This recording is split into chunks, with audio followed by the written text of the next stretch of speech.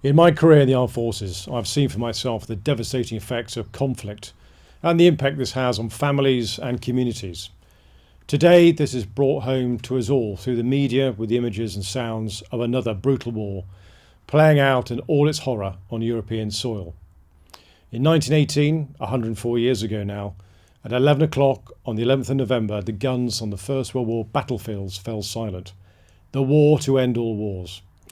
The horrors of the Western Front and the Great War were so awful, and the cost in human life and suffering so unimaginable, that no one could comprehend another conflict again in their lifetime. Sadly, after only 21 years later, Europe found itself once again embroiled in another world war against the evil of the Nazis that had to be vanquished. But victory in both world wars came at a terrible price, with millions killed and countless families and communities devastated.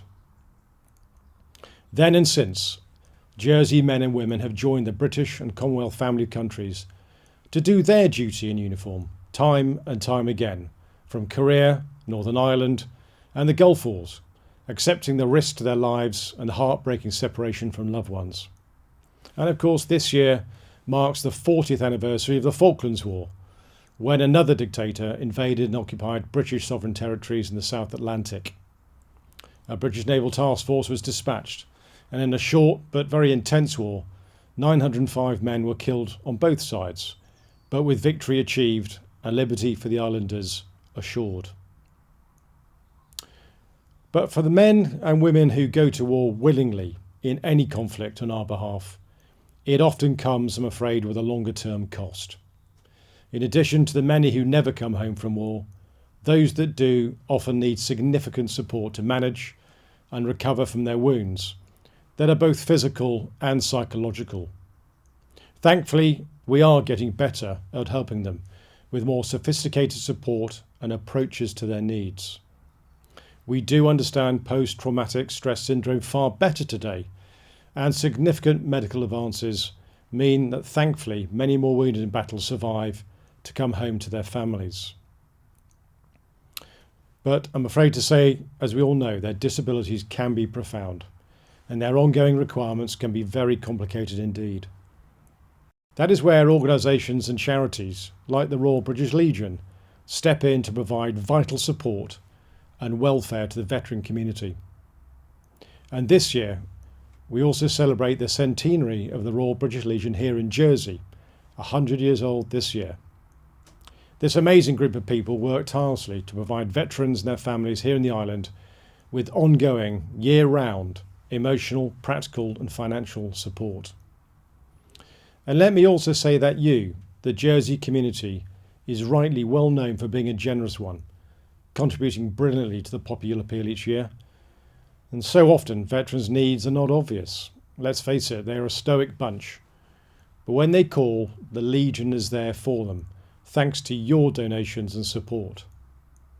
So I want to thank each and every one of you who's contributed or volunteered your time this year. It really matters, and it makes a real difference. Remembrance Sunday and the 2 weeks leading up to it is a time of national reflection to remember the selfless service paid by so many through war and conflict who have bravely defended our democracy, our values, our freedoms, and indeed our very way of life. We remember the soldiers, the sailors and airmen, both Jersey-born and also from the wider Commonwealth family of allied nations, who have fought on our behalf with such valour and selflessness in the last century or more. And of course we wear the famous red poppy, first brought in by the Royal British Legion now back in 1921, and which so powerfully symbolises our respect and remembrance of those souls who did not return. In Flanders, an area of Belgium which saw some of the most brutal fighting in the First World War, bright red poppies grew from the seemingly uninhabitable ground. From this, the poppy became a sign of hope, proof that even after the most hellish experience, life will recover, prosper and go forward. So whatever you are doing this remembrance, please just pause at 11 o'clock for 2 minutes and just take a moment or two to honour the countless millions of men and women who have paid the ultimate sacrifice, and for the many veterans who, having done their duty, now need our support and help. The rows of headstones in so many war graves, such as those in France, can be utterly overwhelming. But each one marks a real life lost and a family torn apart. The cost of war that can never really be adequately expressed in words.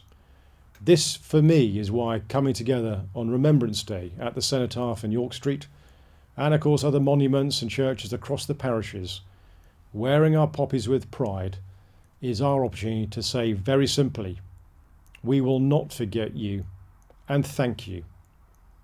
We salute the fallen and the veterans this weekend in Jersey, and as the Kohima epitaph rightly says, when you go home, tell them of us and say, for your tomorrow, we gave our today.